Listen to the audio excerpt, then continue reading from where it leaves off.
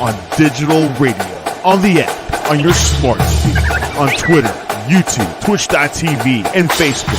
The Sportscast. Summer of Soccer.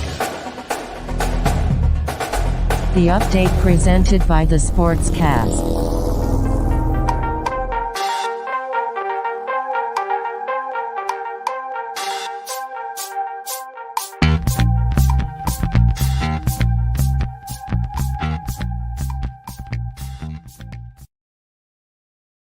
The Sportscast, July 8th, 2024. If you haven't yet, please subscribe in all our channels, YouTube, Twitch, X, and Apple Podcasts. You can also listen to us on your smart speaker.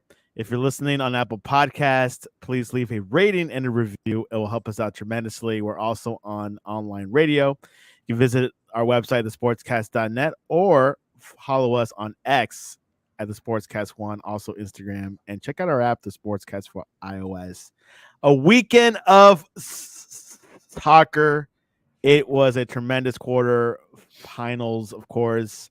A few boring snooze fests, but we got our final four for both tournaments, the Euros and the Copa America. And join us to recap, rehash all this.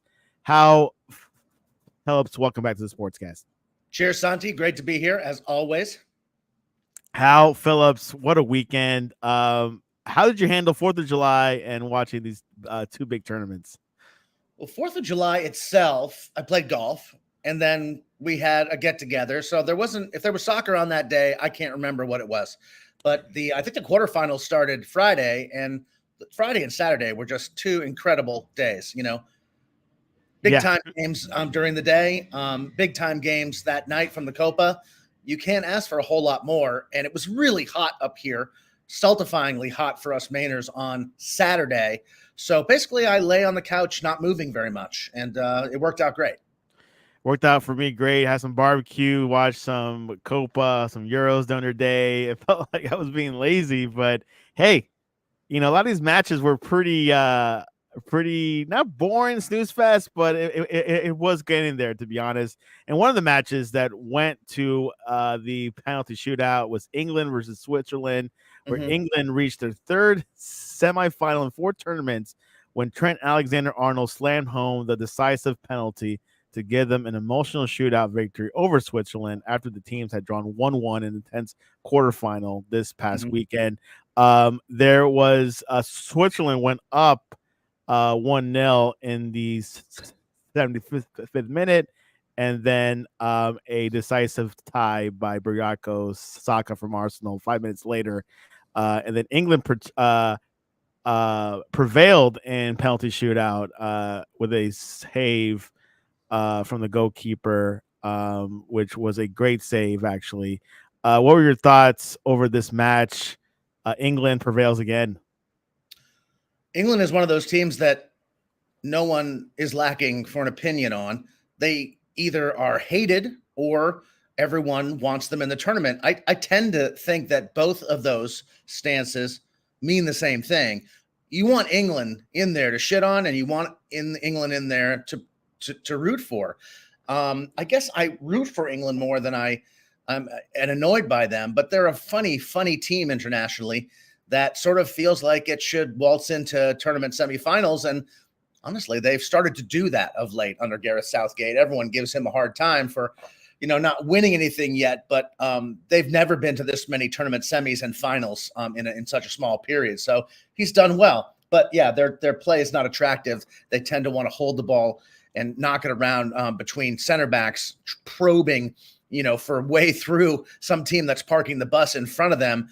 Switzerland did that, but they complicated the matter by scoring themselves. They're much more capable going forward than previous opponents, Slovakia included.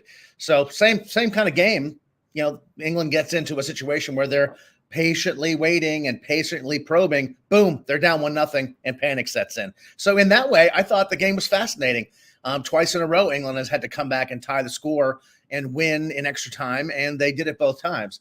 You can't really complain about the performance. And I think one of the things that people don't talk about enough is that this team is super deep. They bring on 5, 6, 7, 8 guys. All of them are great, capable going forward, can defend in a pinch, as we saw, because you sub on 5 guys to try to score against Switzerland. England scored right away, but they scored. They had 3 new players on there. Well, you had to integrate those guys into an actual alignment going forward because you had basically thrown caution to the wind. That stuff is fascinating to me. There's a difference, I think, between a 1-1 game that goes to penalties in a tournament of this magnitude and a boring soccer game. Of course, 0-0 is worse. And I thought Brazil versus Uruguay was stultifying soccer. I did not like it. But England versus Switzerland was fun. There was all sorts of drama. And love them or hate them, ending games on penalties is dramatic. Purists say, oh, that's not a soccer technique. Those aren't the ways to decide games. Those aren't soccer skills they're exhibiting. They're tests of nerve. They're tests of skill. They're tests of ambitions. They're tests of depth, when half your team is subbed off. I think there's a lot going on in a game like that, and I thoroughly enjoyed it. Yeah, I agree. Now, just reminiscing of what you said and recapping this game, again, the game was not too bad compared to the other ones like Brazil and Uruguay, which we'll get later. Jordan Pickford was the one that saved the penalty against Manuel Akanji, which he plays for Man City, I believe. So that was a great win by England. On to the semifinals where they play the winner, Netherlands, who beat Turkey 2-1. They came from behind as well. After a goal from Turkey's Mert Moldor own goal. And then, of course, Samuel Akadi then headed home after 35 minutes at the – wait, no, this is the wrong notes here. But Holland scored again to tie the game, then scored again 2-1, which Gabko had a lot going on there as well. Netherlands are in the Final Four. Your thoughts over this match? This was just outright scintillating, match to watch. There was no caveat required here. Turkey came out flying and traded punches with the Netherlands. They both had chances to score, and the Turks scored first. And they didn't exactly go into a shell, although they did defend like demons. And the Netherlands looked like they were running out of ideas, only they tied it. And then they ended up going ahead before extra time came. So it was did that game go to extra time? No, it did not. Full it did time not. That's regulation, right. Yeah. They scored 2 goals in short order, and boom, all of a sudden the Turks had to go forward. And I'll be damned if the Turks did not generate 3 incredible chances to score in the last 5 minutes of that game. It was a great entertainment for everyone, neutrals included, and I'm definitely a neutral when it comes to Netherlands, Turkey. I don't know. The tournament shows that you have agency. Turkey scores a goal. They didn't go into a shell. They didn't park the bus, but they said, we're going to protect what we have. They took it on the chin over and over again. As soon as they went down 2-1, they were hell-bent for leather again, and they were going forward, and honestly should have scored. It was an incredible display, and it shows you how much agency is the only word I can come up with. Switzerland showed the same thing. When they went behind, all of a sudden they come out of their shell, and they trade punches, and the game lights up. You sort of wish that teams would take this tack a little more seriously throughout the game. And I understand tactics. I understand you're playing, maybe what you perceive to be a superior opponent. But what happens if you score twice against England before going into a shell and parking the bus? Why not? Canada showed us, I think, the value of buccaneering play. They could have had 5 against Venezuela, and they just kept going forward. And they ended up having to win that game on penalties. But, geez, they're so confident in their ability to go forward now. We can talk more about the Copa when we get to it. But yeah, I think the Netherlands England game is going to be very, very interesting because neither of those teams really is going to park the bus on the other. I think they both want the ball at their feet, so they're going to be eager to take it as opposed to giving it up and countering. I don't know what is going to happen there, and that's what makes a semifinal at a major tournament so interesting. You've got the elites playing each other. What happens when there's no obvious underdog? Who decides they don't want the ball and would rather counter? I can't answer that question. I don't think anybody can.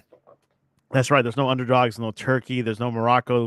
What happened in the World Cup a couple years ago. So we'll see what happens. As Hal said, want to clarify, Kayyadin from Turkey scored in 35th minute. Then Holland scored to tie it in 70th minute by the Ridge, and then a own goal by Modir Turkey made it a 2-1 for Netherlands. So quite exciting match there. Let's go to the other one. A lot of Euros today, so bear with us here. Spain defeating Germany 2-1.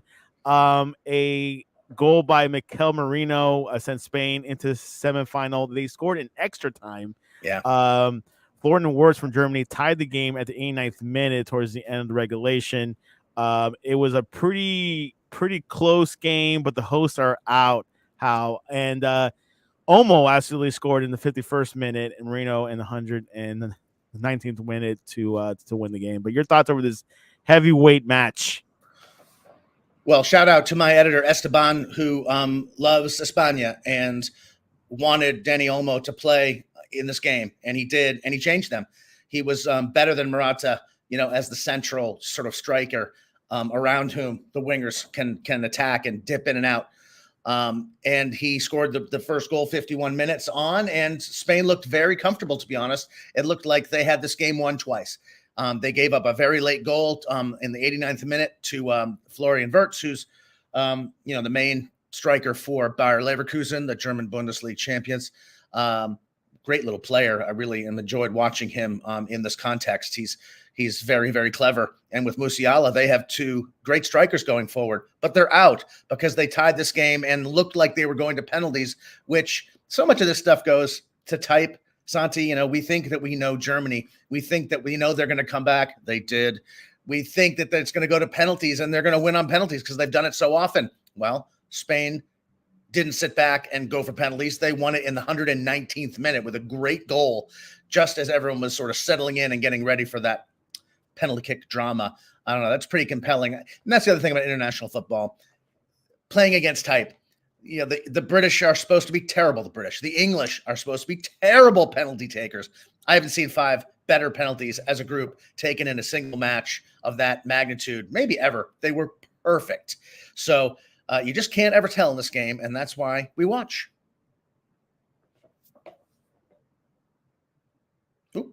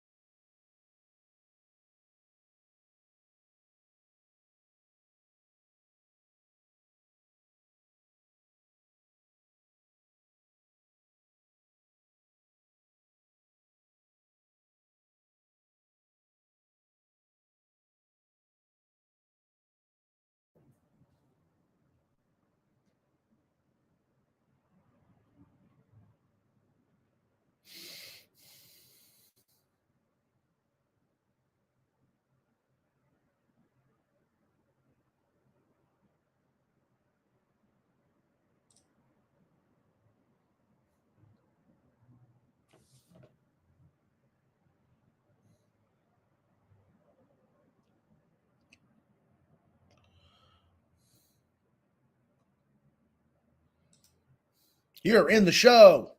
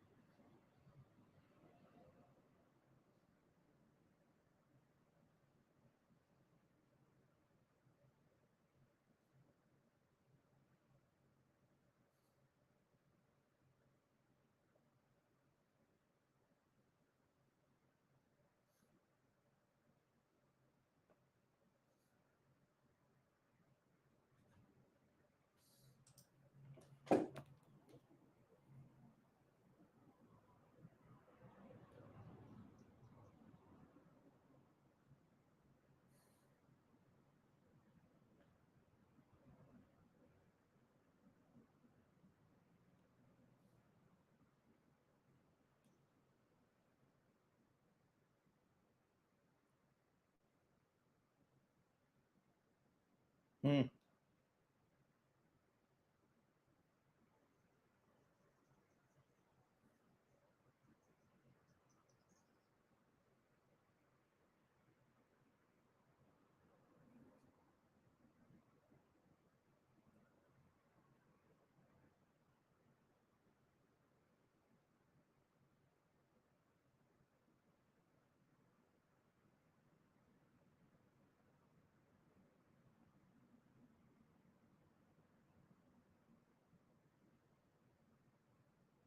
Appalachian Golf Society. What the hell is that?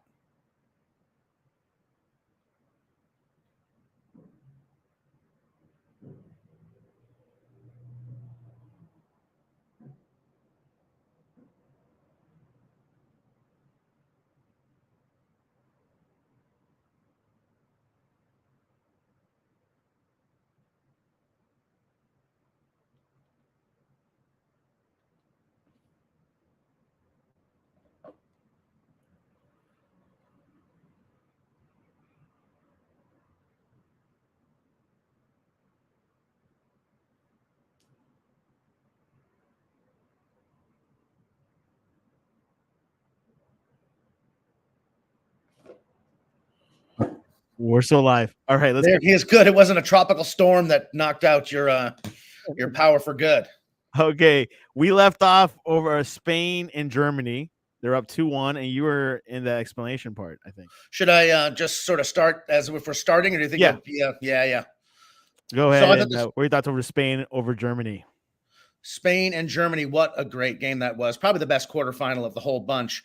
And part of it was because everyone played against type. The Germans came back and tied this game like we expect them to do, but then they lost it before they could get to penalties and win it. That's what they're known for, is winning games on penalties and coming back from deficits to do it. And for that matter, that's what made England so fascinating. They're supposed to be the worst penalty takers in the world. They've lost so many tournaments at penalties. Well, they had fired the most beautiful penalties I've ever seen to beat Swiss. So Spain, I think, is the class of this tournament still. They've scored twice now from open play against the Germans at home. They've only improved their confidence going forward. They're the clear favorites against Spain, or rather against France on Tuesday night. Speak of France, they won in a penalty shootout. 5-3. Regulation score was 0-0. It was not much going on in this match.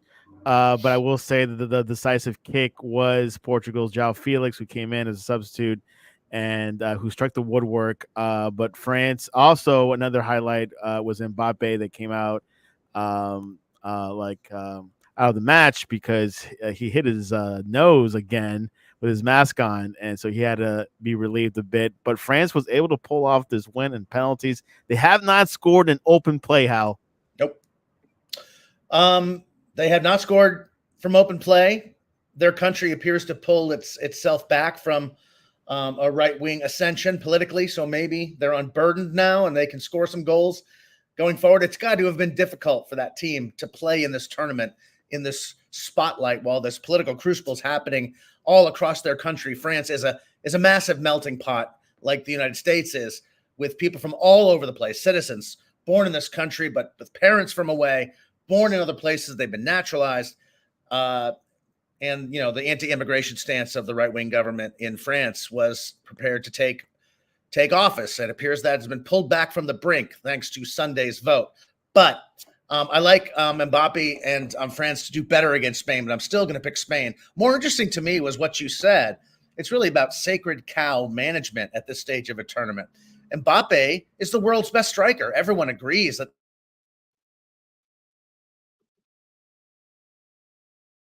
Now we got how that froze, so we're having some technical difficulty. Technical difficulties today. These today right now, so we'll see what happens. But yeah, as Hal was saying, Mbappe is one of the best strikers in the tournament, and of course, Spain is just France is having issues scoring in open play. Mbappe is expected to play for Real Madrid next season. So we'll see what happens with France. They're gonna play Spain in the semifinal of the Euros. and we'll see what happens. Um, I'm gonna write a note here. So France is interesting because they they were they've been to the World Cup final in 22. They won in 2018. But in the Euros, they've had some difficulty. They lost in 2016 against Portugal, against Cristiano Ronaldo's Portugal in 2016. But they have not won the Euros since 2000. So this is France's opportunity to get back into the final. But as Hal said, Spain is favorite to go to the final in the Euros 2024 in Germany. So we'll see what happens with France in that situation. France is a loaded team, as we were talking about before, and we got Hal Phillips back. We're both having technical difficulties. What's going on? I have no idea. I have no idea. I mean, everyone in Maine is using their air conditioning, but beyond that, That might be the case. And you froze again. It might be a electrical issue. So France and Spain, they play back into Tuesday. That would be the first Euro Cup semi-final of Spain versus France, 3 p.m. Eastern. You can watch that on Big Homer Simpson Fox at 3 p.m. Eastern. Then on Wednesday, we got Netherlands versus England. That's the other semi-final to determine the other finalist of the Euros 2024.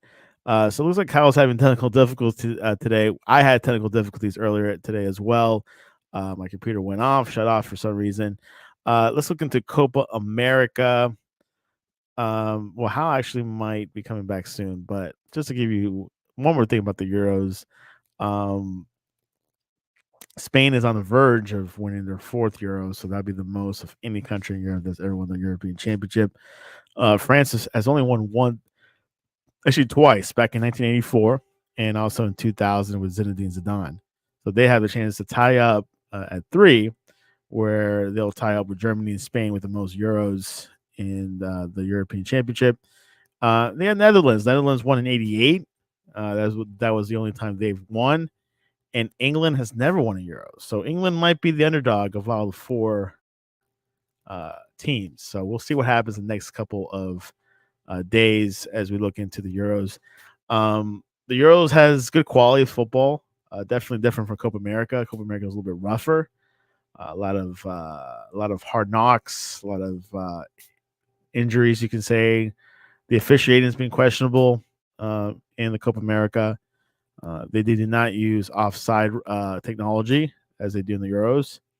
So there's some differences between the two tournaments, but it's good to see a lot of soccer, I guess. I don't know if they'll do that again in 4 years. Soccer, Copa America will be back in Paraguay. That's what I was reading online, but they have not decided. That could change any minute. That could change last minute as well, and we'll see what happens. Both Euros and Copa America finals will be on Sunday, July 14th. So that will be a doozy of a Sunday. The first final will be the Euros, and then the Copa America will be later on that day at 8 p.m. Eastern. So the Euro final will be at 3 p.m. Eastern, and Copa America final will be on 8 p.m. Eastern. So we have a lot going on this upcoming weekend. But first, we got to go into the semifinals of both tournaments. They're pretty exciting.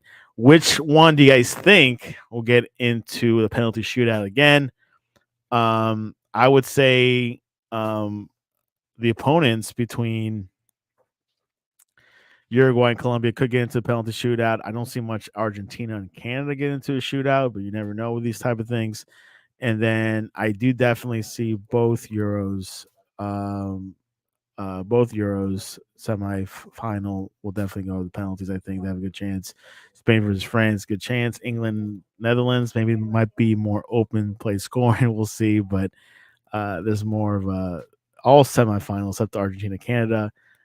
No offense to Canada, but I think Argentina's going to win that handily, unless Argentina goes up 1-0 and then Canada all of a sudden ties it up at the end. That is a potentiality. Or Canada makes it to the final, the final of the Copa America. That could be a interesting scenario for Canada. So I don't know where the odds they say in Vegas, but Canada is definitely in the final four. So we'll see what happens in the next couple of days. So we'll definitely have Al coming back, and we'll be recapping, of course, the Copa America. Colombia beat Panama 5-0. James Rodriguez stole the show with a goal and 2 assists as Colombia breezed into the Copa America semifinal after brushing Panama aside with a 5-0 thrashing on Saturday. That's right, 5-0. Colombia captain James teed up John Cordoba's opener and Luis Diaz cool lob either side of his own 15-minute penalty at State Farm Stadium. Richard Rios hammered home another after 70 minutes in a bizarre circumstances after the referee appeared to bow for a Colombia penalty when Miguel Borja converted when Nestor Lorenzo's side were awarded another spot kick in stoppage time. Having disputed Panama with ease, a semifinal meeting with either Brazil or Uruguay, is going to be Uruguay, awaits for Colombia, who have reached the last 4 in 3 of their last 4 Copa tournaments. So looking forward to this matchup between Colombia and Uruguay. That's going to be a close match, I believe. Colombia just needed just 8 minutes to open the scoring as Cordoba found space inside the 6-yard box. This is the match versus Panama. Diving low to head, James right-sided corner past Orlando Mosquera. Jose Fajardo blazed over in response, but Lorenzo's side would soon extend their advantage only 7 minutes after taking the lead. Panama goalkeeper Mosquera failed the ongoing rush John Arias with a lengthy VAR check reviewing a potential offside in the build-up before the penalty decision was confirmed. Yet, that stoppage failed to detract from James' focus as attacking midfielder hammered into the top right corner from 12 yards, sending Mosquera the wrong way. But yeah, we'll see what happens. Colombia's looking pretty. Colombia's having a great tournament, and they are the favorite right now. Tables have turned. They've been scoring a lot of goals. The toughest team they've played so far in this tournament has been Brazil, which they tied 1-1. But Uruguay is definitely a different beast than Brazil. So we'll see what happens in that tournament. But we got Hal Phillips back. We'll try it for the 3rd time. We'll see if it works out. If not, we call it a day. So where were we, Santi? I don't even remember. Spain versus Germany. I think you were close. No, France versus Portugal. I think you were closing up with that. Let's start with that. Let's start with the sacred cow management. I love the way the French coach Didier Deschamps took Mbappe off in the overtime of that game, tied 0-0. The worst quarterfinal of all the Euros. No goals, not a lot of pressure. Either way, no intensity. Into the overtime, into penalties. But before that, Mbappe was pulled off. He could have taken a penalty, but he wasn't himself. He played badly. They brought somebody else on, and they won. Cristiano Ronaldo stayed on. He played the entire game, and he was worthless. And they ended up getting a penalty from him, and they lost anyway because João Felix missed one. Never looked like he wanted to be there. But Harry Kane came off when England had to go to penalties, or because they have other guys. Sacred cow management. Portugal, they get an F. France and England, A+, and they were rewarded for their perseverance. Well, yeah, there you have it. France advances in penalties. They're going to face Spain next, so it'll be quite a matchup. Let's go into Copa America. Probably Colombia had the most scoring going on, goals. They beat Panama 5-0. James Rodriguez stole the show with a goal and 2 assists. But Colombia breezed into the semifinal of the Copa America. Your thoughts over that matchup? Colombia looks as good as Uruguay in this tournament. It's a shame they're not playing each other directly. Oh, wait, they are. That's going to be a great match. Canada, Argentina, not so much. But yeah, Colombia was never threatened by Panama, and we knew they would. It hurts to watch that, to know that a 10-man U.S. lost to Panama, and that ruined the tournament for the United States and may get Greg Berhalter fired. And we're seemingly back to square one with this team 2 years ahead of the World Cup. But all props to Colombia. They were great. They've been great. I think they've won 27 straight games. They are a fearsome opponent for Uruguay. It's going to be a great match. Great match. Goals by Cordoba, Rodriguez, Diaz, Rios, and Borja in the penalty. So good job for Colombia. The other match of the quarterfinals, Uruguay defeating Brazil 4-2 after they were 0-0 in the relegation. Brazil were dumped out early on, and Uruguay was running on a 10-man team when Nahitan Hernandez had a red card, but they won in penalties. It was a great shootout. Sergio Rocher saved from Elder Militao before Douglas Lewis struck the post, and though Jose Jimenez squandered Uruguay's first chance to win it, Manuel Ugarte made no mistake with their next attempt to go on to face Colombia next.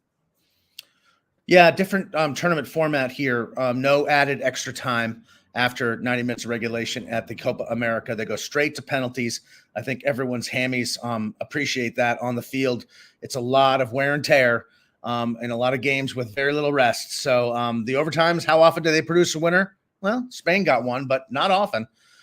So here we are. This was a brutal match to watch. It really was no fun at all. There were 42 fouls called, I believe. It was just one, sort of elicited dramatic foul taking after another, and it got pretty old. And I guess partly because our expectations for the game, or mine, were so high. I was really excited to see this match. But, one of the things that we have to remember is Uruguay can go forward, but they're grinders. They win games like this routinely. And just because Bielsa is their coach and they're playing a little bit more attacking doesn't mean that they are the last team you want to play with a place in the semifinals on the line. The other takeaway for me was this Brazil team just wasn't very good. I know we're spoiled for star power when it comes to the Seleção. And this team, I was looking at it. Bruno Guimaraes is, in the midfield. Paqueta from West Ham. That's Newcastle and West Ham right there in the middle of the Brazilian midfield. And Douglas Luiz from Villa, nice player, but he hits the post and you lose. These aren't the great players we're used to seeing coming out of Brazil. They're fine players. No Neymar, no Ronaldo, no Romario, no star power, and sort of an ordinary team, and the better team beat them. 10 men, luckily, Uruguay went down to 10 with about 8 minutes to go, and they were able to hang on and get to penalties. But once it went to penalties, I had no doubt that they were going to prevail. They're just stronger mentally. Yeah, not really exciting Brazil team. No Vinny, of course. No. We saw more Endrick, but Endrick did not come through. He had a few good plays here and there, but what are your thoughts? You prefer the no extra time, or you prefer with the extra time versus going straight to penalties? The one thing you do avoid by nixing the 30 minutes of extra time is the last 10 minutes of regular time are contested right to the end, and the teams aren't quite so fatigued. I mean, that's really the issue. You're either just absolutely dead tired, or you've subbed on 6 guys who have hardly played and they have trouble meshing. This worked to everyone's advantage as a viewer in the World Cup final. The added extra time between Argentina and France was maybe the best 30 minutes of overtime I've ever seen in my life. But Uruguay and Brazil just got worse and worse. I guess I don't have a preference. I think the players appreciate going right to penalty kicks. But it seems a bit gimmicky to do that. I never played in a tournament that did that. There was always some form of extra time, even if it was 10 minutes each way. It was truncated somehow. I don't know. I like the extra time because especially now that they have so many subs, they should be able to manage their fatigue a little bit better. But I don't know. It's 6 of one and half a dozen of the other. But I was thinking while we were trying to get our Wi-Fi back, there was a one dud out of 4. One dud out of 4 in each tournament when it came to the quarterfinals, because I thought Canada-Venezuela was great fun, if not the most artful display. but Brazil and Uruguay was definitely highest expectations, lowest production value. Yeah, and they say 30% of the time teams win in extra time, and these 70% of the time win in penalties. 30% of the time, who wins? What? Usually a match is decided in extra time 30% of the time. 30% of the time and 70% they go to penalties. That's Right. about right. That seems right. So I think I think that's preferable, but as the longer the tournament goes, the less viable that becomes. I mean, right.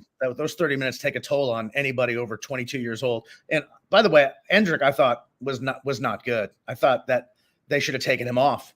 They had to have someone else to come in. He seemed really intent on playing with his back to goal and showing how he can shield the ball, maybe showing that he's not a young man, a small, 17-year-old undeveloped physical player. But geez, he threw himself around and couldn't even get a call from the referee. It was so unconvincing. And he kept on inviting contact. And I just don't know that is his game, but I don't know his game. He's 17. I've never seen him before, played a proper match, but he didn't impress me. Yeah, did not impress me as well. Was not that Ronaldo R9 type of feel, but we'll see what happens. Only 18 years old, so we'll see what happens when he does in Real Madrid. You mentioned Venezuela, Canada. Canada defeated Venezuela in penalties 4-3. Ishmael Kone sent Canada to the first Copa America semifinal as they overcame Venezuela 4-3 in a penalty shootout following a 1-1 draw. Jacob Schaffelberg opened the scoring for Canada. And then Wilker Angel, and then Venezuela tied it up to make it 1-1 by Solomon Rondon, and of course penalties. Hey, Jesse Marsch, he's definitely your thoughts over this match, and then Jesse Marsch. Well, the match itself was incredibly exciting. I mean, there were lots of chances. It was back and forth. The Canadians especially could have had 4, 5, 6 goals. As it was, they only got 1.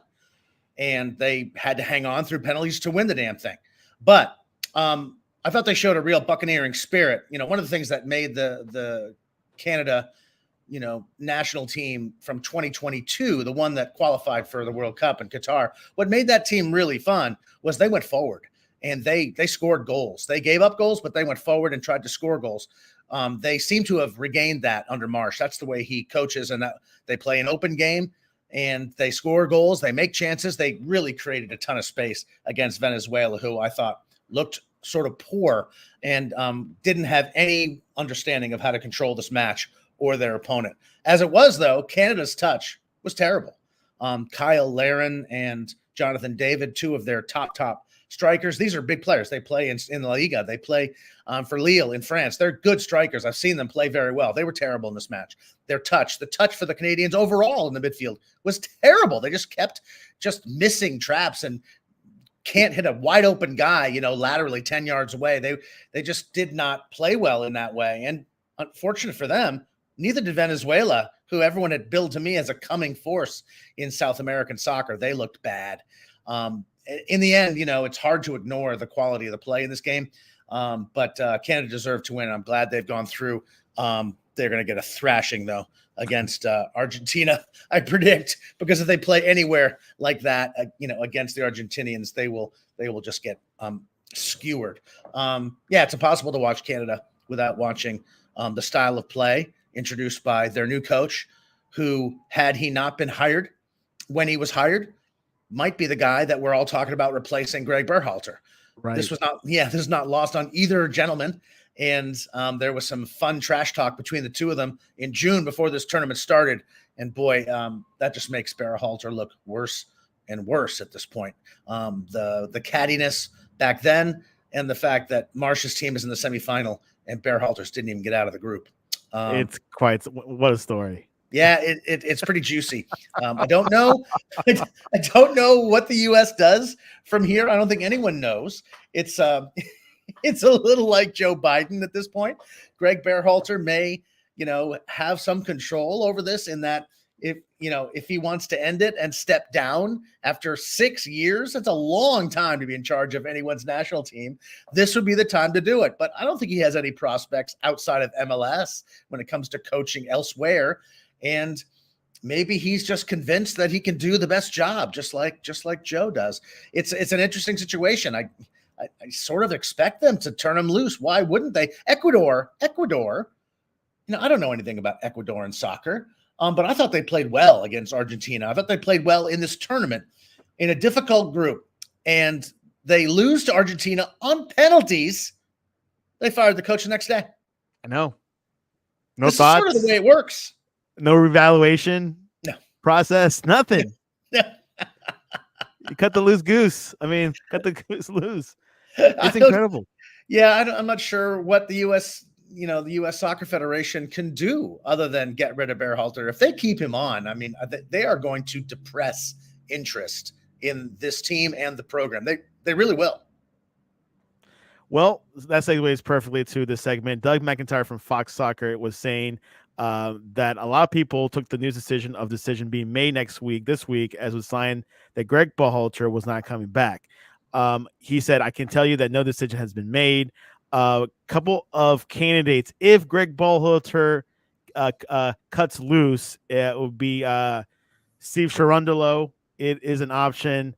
There is a Jurgen Klopp rumor, Hal. There is apparently Tim Howard has connections, and also Emma Hayes has connections to Jurgen Klopp. But if was cut this week, Cherundolo, who coaches LAFC, his first season as a head coach, by the way, he would be the first guy to turn to. But let's first talk about Greg Berhalter.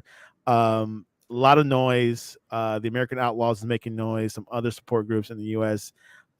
Circles are making noise. They don't not want Greg Berhalter out. I mean, yes, they do want him out. Also, Pulisic wants to keep him, apparently. What's your thoughts over this whole drama? Well, in many ways, I believe that Berhalter and his tenure were served by the fact that the players like him and the players play for him. They work for him. They sacrifice for him for whatever reason. Everyone but Reina seems to like the guy. And that's not nothing. But that is a reason you hire somebody and see how they do. After 6 years and not a single victory over a top 15 team in the world other than Mexico, it looks like a terrible reason to keep someone in the position. But the problem is, if you believe that's the problem, that we have a coach that's too familiar, not getting the results you want, but also that the players are just a little too comfortable. And also this guy has no international experience outside his stint as your coach. Really, zero. The guy that they've got to get must have some kind of international experience. He must bring some other set of tactics and evaluation systems that are internationally based, because we're playing an international game here. So the guy who fits that to a T is Klopp, and I would love to see that. I've been saying this for a year and a half. I think you've heard me say it. It was really, I was saying it before Klopp, said he was going to leave. I'm like, he'd be perfect, because he's got to get tired of listening to all that carping, from the Liverpool people. He's won. He can't win enough anymore. He should come over here and relax like Klinsmann did and take over this team. Now that he's out of a job there or left that job, then it's even more, delectable. But I can't see him taking the job. It just doesn't make sense to me that he would leave a job and take one so quickly. A year from now, maybe 6 months from now, maybe in the middle of the EPL season when he sees he's missing it. And then the pool of people that are, available who are of international caliber to take this team, it gets very, very thin, very, very fast. Cherundolo appears to be a promising coach in MLS, which produced Berhalter. We can't hire another MLS guy to coach this team. We have to have someone who can whip an international side. Again, it doesn't make a difference that they're American or Portuguese. You have people coming in from all different clubs. You have to get them together in a camp and organize them in a simple but effective tactical way. It's a very different discipline than running it like a club. And Berhalter has run this like a club because his brother was the CEO or the CFO of the federation for a long time, and he knew his job was secure. I guess that's good, because that was, continuity and all that, but that's over. And I can't see them bringing in Jim Curtin or something like that from Philly, who looks like he's a good coach, but geez, they're terrible this year. It seems an odd time for him to leave and take over the national team. There aren't that many international caliber candidates who I think are practical and reasonable candidates for this job. I mean, that list that Doug McIntyre put out. I think I saw it. Who are the non-MLS people on that list?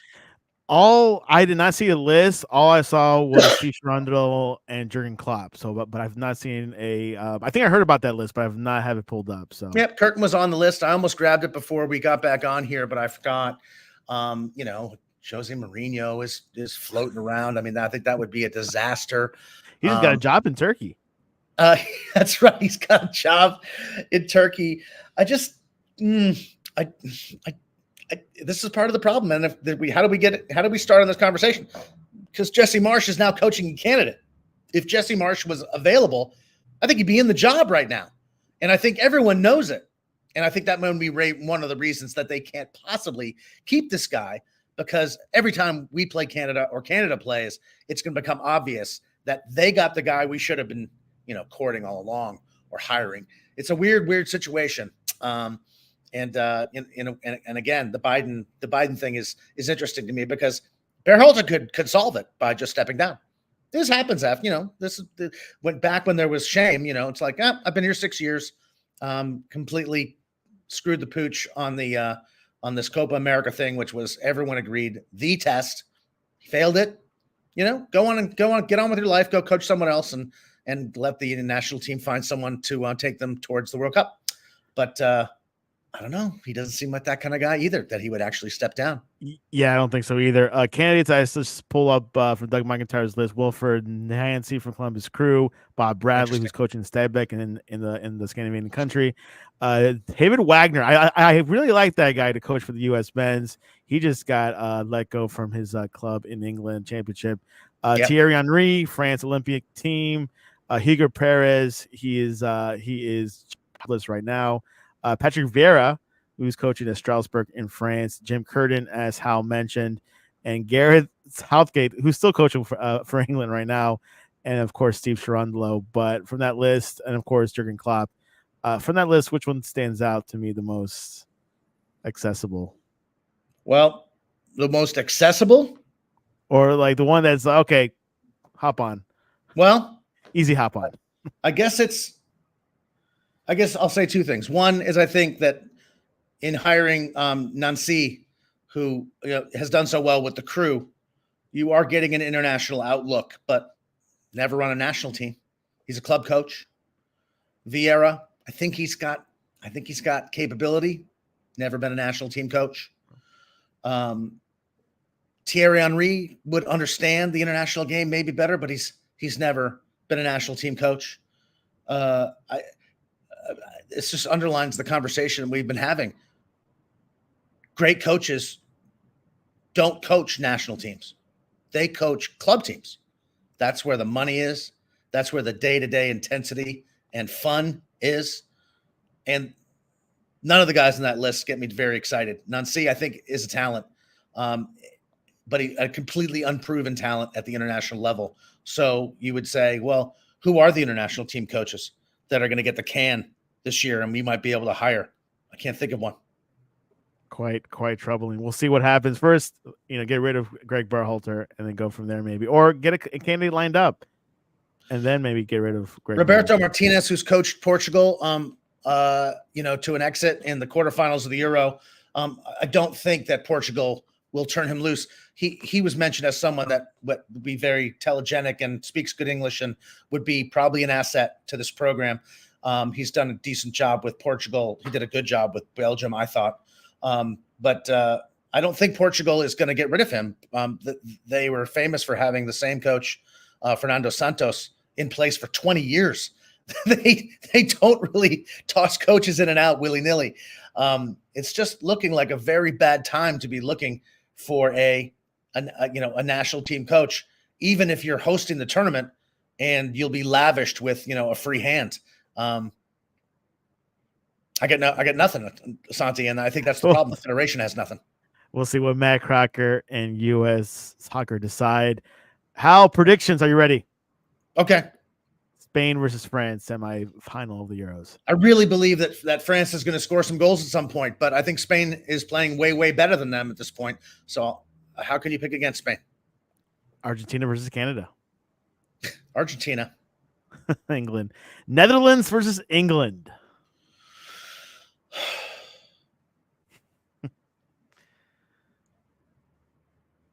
I'm going to pick the Netherlands, even though I think Virgil van Dijk is getting slow. You're a Liverpool guy. Would you go along with that? I've seen that Yeah. past year or two. He's definitely slowing down. He still carries himself with great imperiousness, and he's a very good center back. But man, you can expose him. I think he can be gotten behind, but I don't think England has the balls to throw anybody, even run anybody behind him. So I think the Dutch squeaked that one out. They're getting better. The luck of the Dutch. And finally, might be the game of the week, Colombia versus Uruguay. Oh, wow. Well, I would defer to you on this one, but I really want to see Uruguay against Argentina. But I think Uruguay has, they don't have as big a squad as Colombia, and they've got to be getting tired. So I guess I'm going to pick Colombia because they're the hottest team in the world right now. And I would like to see them against Argentina too. I'd like to see them beat Argentina. And I guess what I'm saying when I picked Uruguay first, I think Uruguay has a better chance to beat Argentina mentally. Colombia has got big issues when it comes to playing the big teams in South America, as you know. So I hope I'll pick them to win, and I hope they fare well against the world champions. Yeah, quite exciting times in Copa America. But yeah, now thinking about it, Argentina, Uruguay, that's a classic Copa America. It is. Uruguay is such an interesting soccer nation. We were watching Brazil and Uruguay the other night, and I realized, and I sent a thread up on Threads, the reason that Brazil is wearing the shirt they're wearing is because of Uruguay.